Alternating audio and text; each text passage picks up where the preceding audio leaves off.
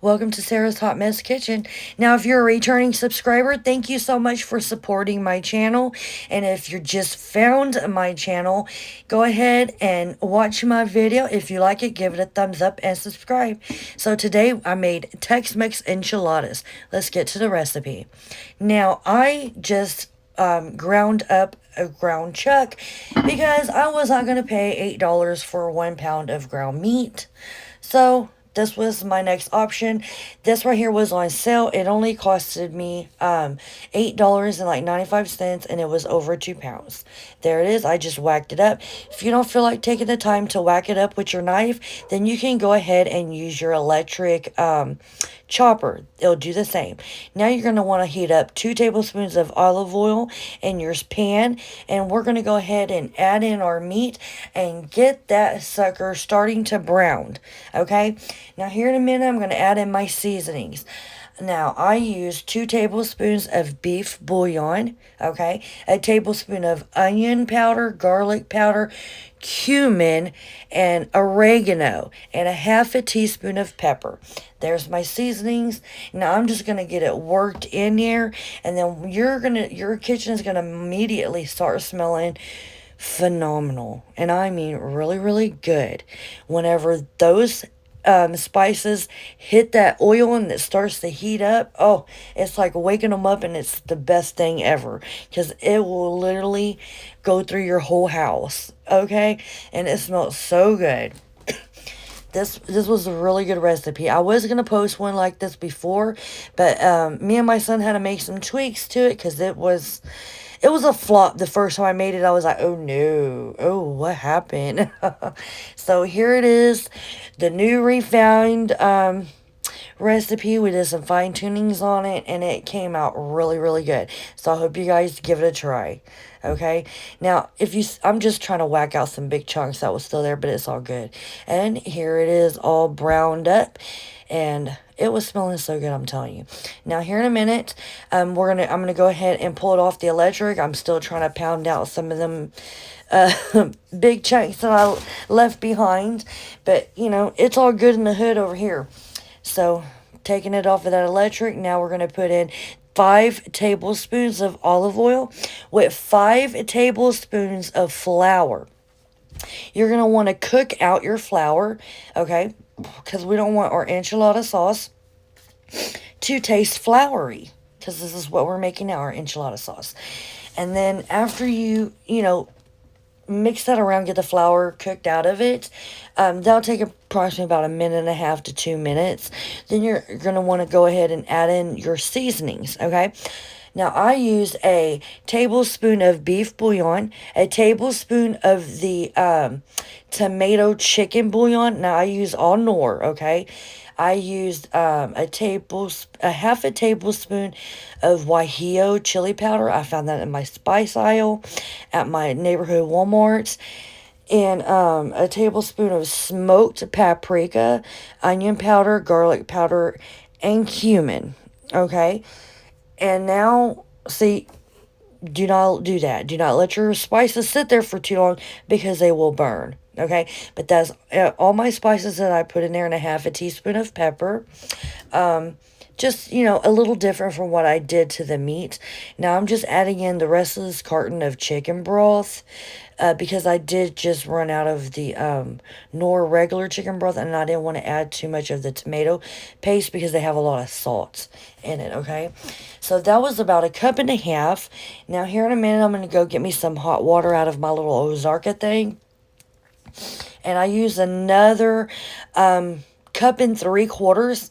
Now I'm adding it a little bit at a time because I don't want it too watery, and then I don't want it too thick. So I'm just adding it a little bit at a time. Just, you can just judge as you go to how you like your enchilada sauce.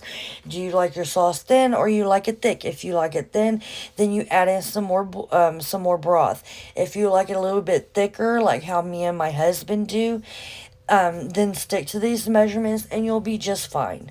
But go ahead and use your eyeball in school, okay? Because you're going to need it on this sauce. And there I am. And I just said, screw it. Went ahead and added the rest of the water because it just kept on over thickening up for me. And then here in a minute, I'm just going to finish working that water in there. Okay. I'm just going to finish mixing that water up in there and let it work it on in. And then it'll see it starting to thicken up already. And remember, whenever it sits there and cools, it will thicken up some more too. Now, I did have to go in with a little bit more chicken broth, and keep having it thin it, and I kept having to thin it down a little bit more because as it cools off, as it sits there, and you start building your enchiladas. If your sauce gets a little bit too thick, add your water or some more bouillon, mix it on in, and it'll go back to the consistency that you're looking for.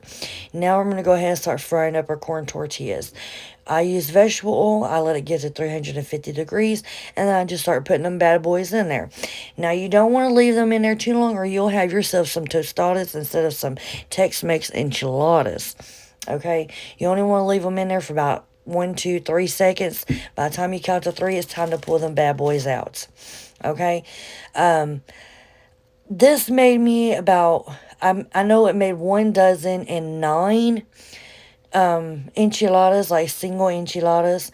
So, I mean, I could have got 1,010 enchiladas out of it, but I was not about to heat up just one more corn tortilla just to fill a hole. I wasn't about to do that. So you just want to continue this process until all your tortillas that you're going to use to make your enchiladas with, until you run out. So you're just going to continue the process until you run out. Now, once you think, okay, I think I have enough enchiladas, you can stop, pull it off the stove, and start assembling. Ow. Now me, I already I knew I wanted to get at least 2 dozen because I wanted enough to last for, a couple of days. But I didn't end up using all of them because it was, for one, I was running out of oil and I didn't want to have to add more oil and then wait for it to heat up again. Yeah, I was being kind of lazy, but it's okay. And here we go, getting ready to start assembling our enchiladas. Now, I did use Reynolds non-stick foil on my cookie sheets, but I didn't want my enchilada sauce to burn. I didn't want my tortillas to stick because I wasn't sure if they would or not. So I just put on a little bit of oil, and then I'm going to go in with my little brush here in a minute, and I'm just going to start moving it around all over my foil. I just want to make sure that I had enough on there that it was not going to stick. It's better to be too cautious than to be not cautious at all. Usually I'm not really cautious at all, and I would just trust the system. Oh, it says non-stick, maybe I trust it. No, because I have gotten burned like that so many times. So this is my new process. I'm just going to oil it up. And I still keep on forgetting to buy Pam spray every time I go grocery shopping. I'm going to have to put it back on my list and maybe remember my list. Alright, now I'm just taking my corn tortillas and I'm dipping them in my enchilada sauce, letting the excess drip off. And you want to continue this process until you use up all your tortillas. Now, I did roll them in stacks of 3. Excuse me. So I did roll 6 at a time.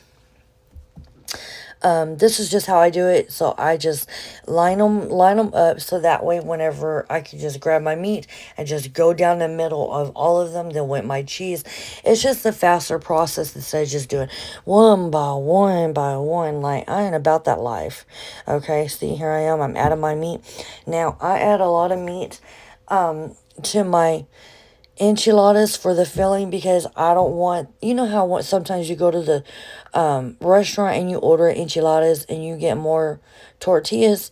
No, me and my husband don't like that. We want to taste our meat. We want it to be a lot of meat and a lot of cheese. Okay, that is our life, especially my husband. He loves cheese. So, these bad boys were pretty fat, if I do say so myself. They were some fat little piggy wiggies, but they were so good. Now, I did use two different cheeses, okay, because I wanted to use up the rest of the store-bought Mexican blend that I had. So I used that on the inside, and on top, I used an 8-ounce mild cheddar that I shredded just because it melts better. Now, I could have used the bag cheese, but I don't like the way that it melts because it's not, it doesn't melt evenly, and then it looks like plastic. So here I am. I'm just rolling them up. Now you want to go ahead and have your oven preheated to 375 degrees. Now I only had to let my enchiladas cook for 10 minutes. Because if I would have let them stay in there longer, that cheese would have burnt. Trust me.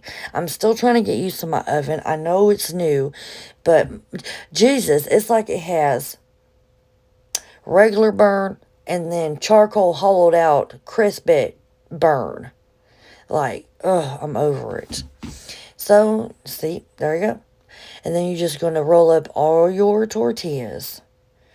Just like that. And then we have enchiladas. We got 6 enchiladas right there. And there's the rest of them. It goes by pretty fast whenever you do it the way that I just showed you in this video. It goes a lot faster than doing them like one by one by one. That takes too much time. Now I'm just putting on a little bit of extra meat that I had left over. I had a lot left over. I'll probably still have about like a pound and a half left over that I can probably use to make like cheese dip for my husband, or we can make like some nachos. He's been asking me to make some fried boudin egg rolls, so maybe I'll make a video of that because I use like pepper jack cheese and boudin, and maybe I'll make a video about that. If you are be interested, comment down below and let me know, okay? And then I'll get right on that. Now I'm just going to top it off with the rest of my enchilada sauce. Now I'm just going drizzle, drizzle, drizzle, drizzle, drizzle, drizzle over each little enchiladas, just trying to get them covered with the sauce because I don't want them to get burnt in my oven. We want them little corn tortillas protected, you know what I mean? Now, me and my husband don't like a lot of sauce on our enchiladas. We like a nice, thick sauce, so that's why I didn't put sauce at the bottom in case you were wondering. By all means, if that's what you want to do, you are the boss in your kitchen. You make it however, you and your family like it. This is just how we like it, and that's just how we like it. I don't know what to say. Now I'm just topping it off with that mild shredded cheddar cheese that I shredded up. And then we're going to pop this bad boy in the oven. Then we'll see what it looks like whenever it comes out here in a minute. Yes, y'all. Now, I don't discriminate against enchiladas. I make the regular enchiladas too. Like the way that, you would make it like a Mexico, I guess. With the chili peppers. But my husband prefers the Tex-Mex way. So, we eat this way a lot more than the other way. And, yeah, we like our enchiladas. I like the chicken verde enchiladas.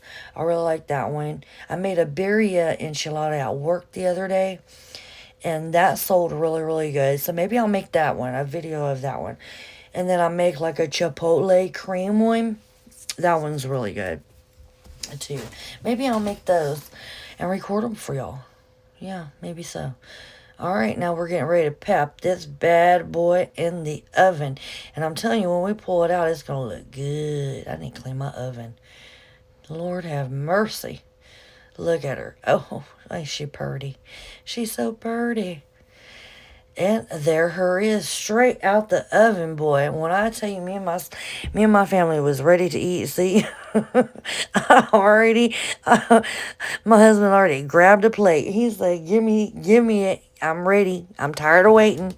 And then here I am, just picking off from these enchiladas over here that I'm going to get. Look at that, feeling nice and thick. This was a really good recipe, y'all, and I hope y'all give it a try.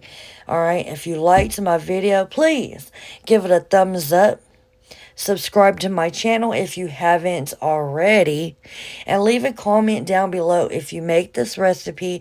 Let me know how it was. Alright? Now, there was my plate, buddy boy. You know how to put that Mexican cream on there. Yes, it was so good. Now I'm just going to go to chow down, buddy. Oh, I just got off work, too. Oh, yeah. Oh, yeah. I'm just going to sit here and stuff my face. Oh, my goodness. That was so good. Alright, guys. I really hope that y'all had a wonderful weekend. I hope you got to spend time with your loved ones and all that jazz. Okay, may y'all have a very blessed Monday. I do have to work tomorrow. Make sure that y'all have a very blessed Monday. I know it's the Monday trend days, but I hope everything goes good for y'all. Okay, bye now.